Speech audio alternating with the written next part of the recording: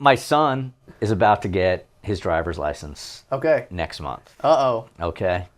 It's the most stressful thing you'll ever do as a parent is teaching your kid how to drive. So as a guy that represents, I'm sure, a lot of kids and their parents, first of all, what can you do as a parent to assure that your kid, when they get their license, is the best prepared? That's the first question. And the second thing, I think, is like, look, I know he's going to get into a fender bender. He's 16 years old, right? He's even said to me, Dad, there is no way a 16-year-old should be driving a car. They should raise the age for driver's licenses to 18. He said that. Yeah. And I agreed. I totally agreed. So take us through the process, and I know this is kind of two-pronged. Take us through the process that when your kid does get in a fender bender, because chances are they're not going to call CEO lawyer themselves. Take us through that process as well. So the first question was, I guess. I'm going to take it from the perspective of a parent. Okay. You know, if God gives me enough years on this earth where I get to see my kids turn 16 and get their driver's license and start driving, the first thing that I would do as a parent is set up a safety mechanism so they cannot access their phone while driving. Because phones are the biggest distractors and they're one of the leading causes for accidents and death. So that's the first thing that I would do. Not see if the Subaru Impreza has a 5.2 rating compared to the, you know, Lincoln, right?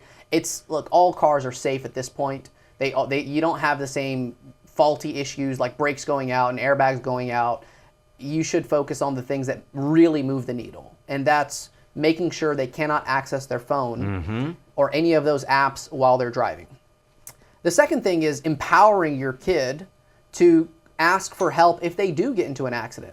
Because a scared person would probably, if they get into a fender bender, they'd probably want to flee the accident scene and be like, oh my God, let me run away from this. When you just instead tell them, look, anything happens, feel free to call me. It doesn't matter what it is. I'm here to help and I'm here to protect you in any way possible. Because the truth is, you are going to be responsible as the parent under the theory of negligent entrustment. Under the theory of negligent entrustment. So if you have a 16-year-old kid, he doesn't have his own insurance policy. It's your car insurance policy. It sure is. So if he gets in a car accident, you're the one that's liable because there's something called negligent entrustment, meaning you negligently entrusted your kid and you did not educate them enough. So if they cause serious bodily harm or injury to someone else, it's your insurance policy and it's you that's going to be named in the lawsuit, not your kid.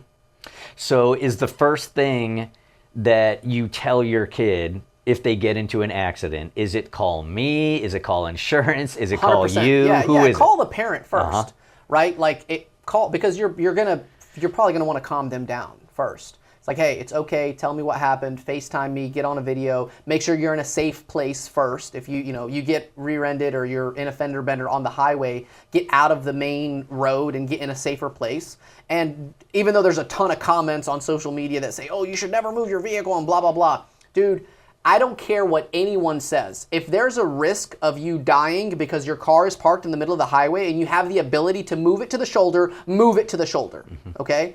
And it's always safer to stay inside your car than it is to get out of the car if you're, in a major road.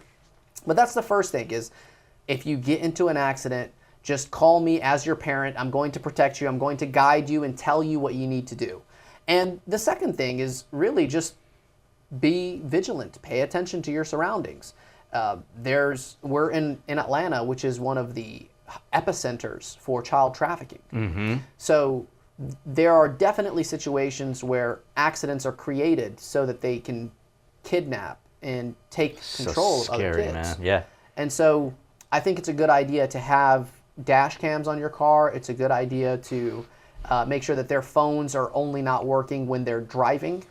It's a good idea to have basic information like in their sun visor that says, hey, if you're in an accident, here's step one, get in a safe place and call the police. Step that's two, really good right there. Put that right on the visor deal. Right, exactly. That's great. Yeah. Really great. But I think it just boils, the more important thing, the things that move the needle are put them in a situation where they're safe, don't let them be able to access their phones while they're driving, and then empower them to make the right decision by calling for help when something does happen. So I want to cover some of this stuff that we might have covered before also, because I think this is the stuff that you can't cover enough.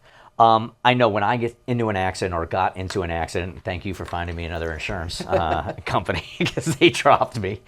It's funny how they'll drop you really, really quickly when you run your own car into your garage, right?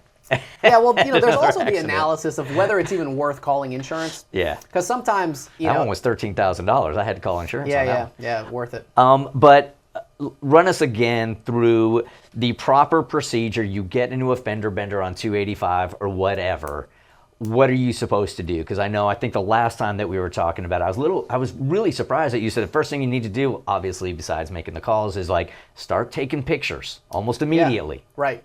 Yeah, the first thing to do is get in a safe place and call the police. After an accident, the first thing you need to do is get in a safe place and call the police. The next thing you need to do is take pictures and videos of the accident scene.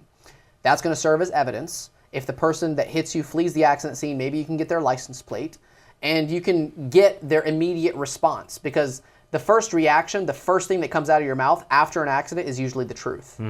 They're not going to immediately come up with some sort of excuse that say, wait, no, this person actually reversed into me, and I'm going to say that, they weren't paying attention and that someone else, no, they don't have time to react.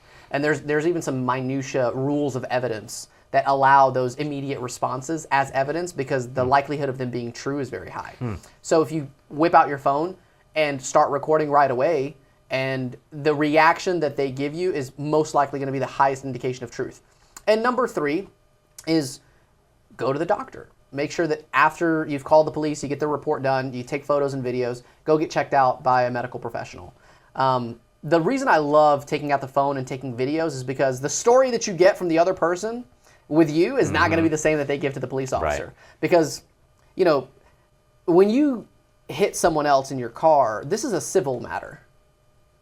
Between people suing people is civil law. The government suing you is criminal law.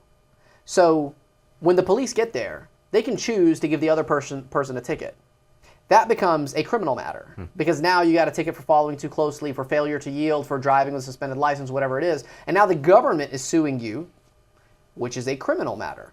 So that is a completely different world than the civil issue. Technically, you could just resolve the matter with the other person and say, hey, you admit fault, I'll get it in recording, and then we'll just deal with the insurance company.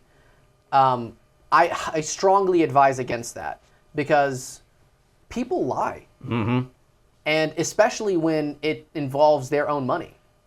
So if it's like, oh, my insurance rates are going to go up, and now I have the likelihood of losing out on my car and having to pay more insurance, and this is a mess. I'd rather you pay for it. So if I have to lie about it, then I'm going to do it. And that's what a lot of people do, unfortunately. So the police is kind of coming as a protective measure. They're going to issue a citation if they need to, and they are going to get the testimony, get the evidence, and write it up in the police report. And if you take the video and photo evidence immediately after the accident occurs, then if the other person has a discrepancy in their story, you can tell them, no, here's what happened.